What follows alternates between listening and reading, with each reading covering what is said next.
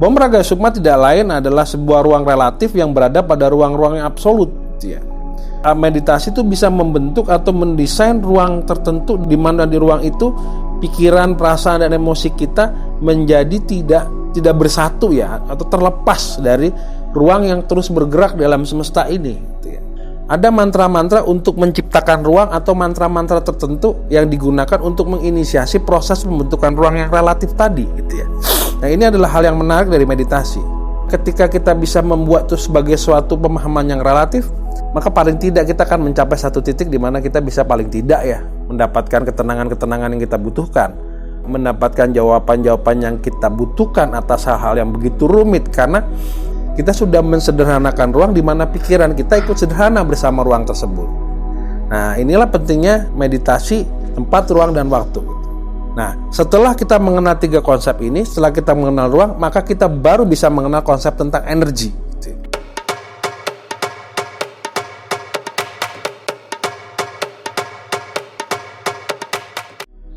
Salam jumpa di Jurnal Hendra. Kali ini kita akan bahas hal yang hal menarik lah tentang meditasi yaitu ruang meditasi. Mari kita bahas sedikit tentang apa itu ruang. Ruang adalah gabungan antara tempat dan waktu. Jadi yang namanya ruang, ini kalau kita ibaratkan ruang, ini adalah tempat, ini adalah waktu. Jadi ruang itu adalah koordinat antara tempat dan waktu. Dalam perjalanan hidup sehari-hari kita bergerak dari ruang ke ruang. Bukan hanya waktunya, tapi tempat itu pun bergerak. Misalnya kita lihat laptop, kita lihat HP, seolah-olah benda ini diam. Tapi sesungguhnya benda ini bergerak dalam ruang-ruang. Ruangnya berpindah dari waktu ke waktu, tempatnya berpindah dari waktu. Jadi sebetulnya tidak ada hal-hal yang disebut absolut diam. Semua benda di alam semesta ini bergerak dalam ruangnya masing-masing. Jadi ruang itu bergerak terus-menerus, melakukan perubahan-perubahan terus-menerus Dan ini yang menarik dari meditasi. Meditasi membentuk ruang yang spesifik. Jadi kalau kita bermeditasi, ruang di mana kita bermeditasi seolah-olah seakan-akan stand still. Seolah-olah ruang di mana kita melakukan meditasi itu tidak kemana-mana, tidak bergerak kemana-mana, dan bukan apa-apa. Ada satu yang hampa di dalam ruang itu. Dalam meditasi, ruang yang terbentuk ketika kita melakukan meditasi adalah yang bisa boleh kita sebut void atau ruang kehampaan. Secara prinsipal, secara fisik ruang itu bergerak. Tapi ketika bermeditasi, seakan-akan ruang itu diam, seakan-akan ruang itu tidak kemana-mana. Nah, karena ruang itu tidak kemana-mana dan seolah-olah ruang itu tidak bergerak kemana-mana, pada saat meditasi kita bisa menyerap begitu banyak informasi tentang tempat, waktu, kejadian, karena ruangnya nggak bergerak.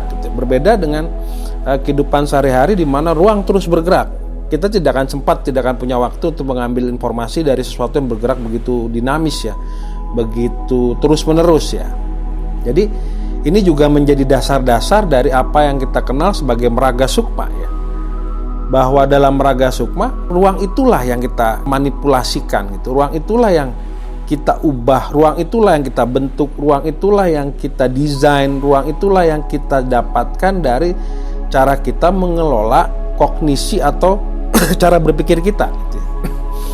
Jadi meditasi dengan meraga sukma itu sebetulnya adalah kita memanipulasi ruang, bahwa seakan-akan dan atau seolah-olah kita berada pada ruang A Padahal ruang A ini bergerak di ruang B, ruang C, ruang D, ruang E, ruang E, dan seterusnya Artinya ketika kita dapat mengunci diri kita dalam satu ruang yang meditatif, kita bisa pergi kemana aja. Kita bisa mendapatkan data dan informasi hampir apa saja. Karena kita nggak bergerak sesuai ruang, kita menjadi apa yang oleh ilmu fisika modern disebut observer atau sebagai penyaksi atas relativitas yang terjadi di alam semesta. Nah, formulasi relativitas observer atau sang pengamat terhadap kejadian-kejadian apa yang ada di sekitarnya itu menjadi dasar dari ilmu fisika relativitasnya Einstein Bom raga sukma tidak lain adalah sebuah ruang relatif yang berada pada ruang-ruang yang absolut. Meditasi itu bisa membentuk atau mendesain ruang tertentu di mana di ruang itu pikiran, perasaan, dan emosi kita menjadi tidak bersatu ya, atau terlepas dari ruang yang terus bergerak dalam semesta ini gitu ya. Dan itulah sebetulnya esensi dari meditasi meraga sukma atau meditasi apapun yang sifatnya memindahkan transformatif gitu ya terhadap sebuah tempat dan waktu gitu. Jadi dengan meditasi kita bisa melakukan membending atau menekuk tempat, menekuk waktu, sehingga ruang yang kita bentuk tidak lagi sama dengan ruang apa yang kita dapatkan di semesta secara begitu saja.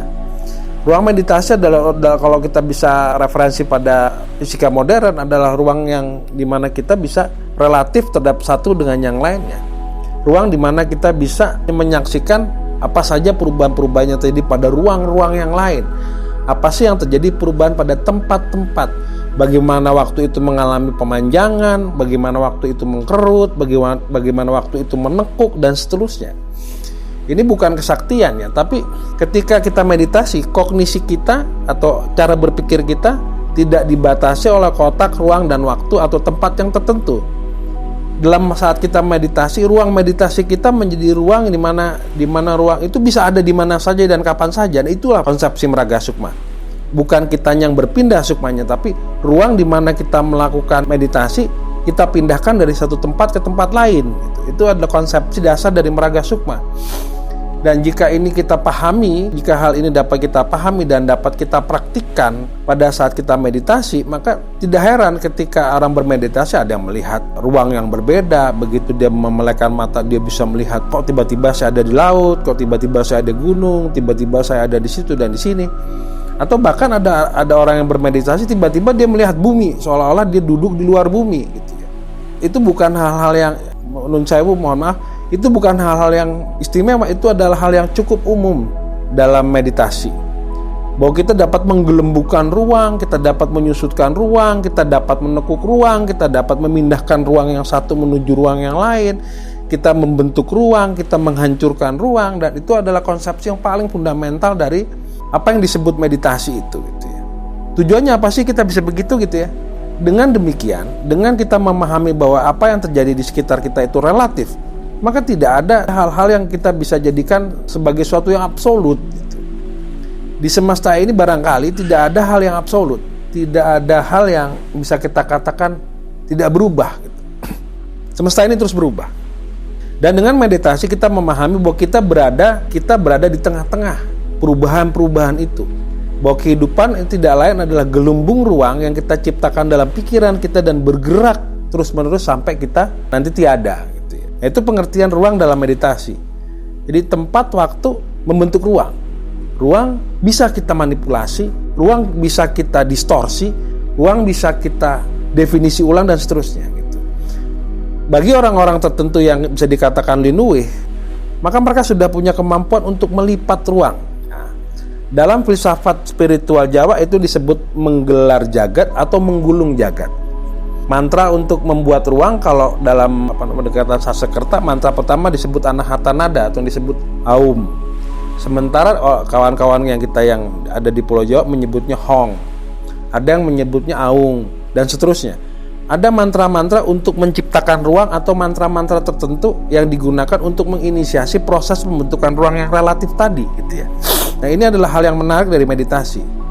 Dan jika kita sudah bisa melakukan itu, barangkali hampir tidak ada hal yang tidak mungkin bagi kita kecuali kematian itu sendiri ya. Kepastian tentang kematian, kepastian tentang kesengsaraan dalam hidup. Ketika kita bisa membuat itu sebagai suatu pemahaman yang relatif, maka paling tidak kita akan mencapai satu titik di mana kita bisa paling tidak ya mendapatkan ketenangan-ketenangan yang kita butuhkan, mendapatkan jawaban-jawaban yang kita butuhkan atas hal-hal yang begitu rumit, karena kita sudah mensimplified atau kita sudah mensederhanakan ruang di mana kita ada. Kita sudah mensederhanakan ruang di mana pikiran kita ikut sederhana bersama ruang tersebut. Nah, inilah pentingnya meditasi tempat, ruang, dan waktu. Nah, setelah kita mengenal tiga konsep ini, setelah kita mengenal ruang, maka kita baru bisa mengenal konsep tentang energi. Sering kali orang bicara tentang energi negatif, energi positif, energi konteks entitas, dan seterusnya gitu ya. Jadi kalau kita nggak kenal tempat, waktu, dan ruang, kita nggak kenal tentang energi gitu. Maka ke depan setelah mengenal ini semua, akan sangat mudah bagi kita untuk memahami apa sih yang disebut dengan energi di semesta pembicaraan spiritual, di semesta pembicaraan supranatural. Energi itu apa sih? Paling tidak kita kenal tempat, waktu, dan ruang. Itu adalah modal bagi kita untuk mengenal energi. Dan dalam bentuk-bentuk tertentu, energi dapat memvisualisasikan dirinya dalam bentuk-bentuk tertentu. Nanti kita akan bahas apa yang disebut energi itu setelah kita mendalami hal ini, oke? Episode berikut kita akan bicara tentang energi spiritual, bukan dengan pendekatan mistis dan supranatural. Kita mencoba melakukan pendekatan ilmu alam ya, untuk memahami konsep tentang energi. Tapi itu sementara waktu, tempat, waktu, dan ruang adalah modal kita ya, untuk mengenali energi spiritual. Mengenali energi spiritual berarti mengenali kekuatan-kekuatan yang tak terlihat di alam semesta. Mengenali energi spiritual berarti kita mengetahui bagaimana alam semesta ini bekerja. Jadi kawan-kawan saya harapkan bisa menciptakan ruang meditasinya masing-masing. Dan dengan ruang itu kita jadikan modal bagi kita untuk mengenali energi spiritual yang menjadi banyak sekali bahan pembicaraan di luar sana. Kita tentu saja menunggu subscribe, like, dan komennya. Kira-kira demikian, sampai jumpa lagi di jurnal berikutnya.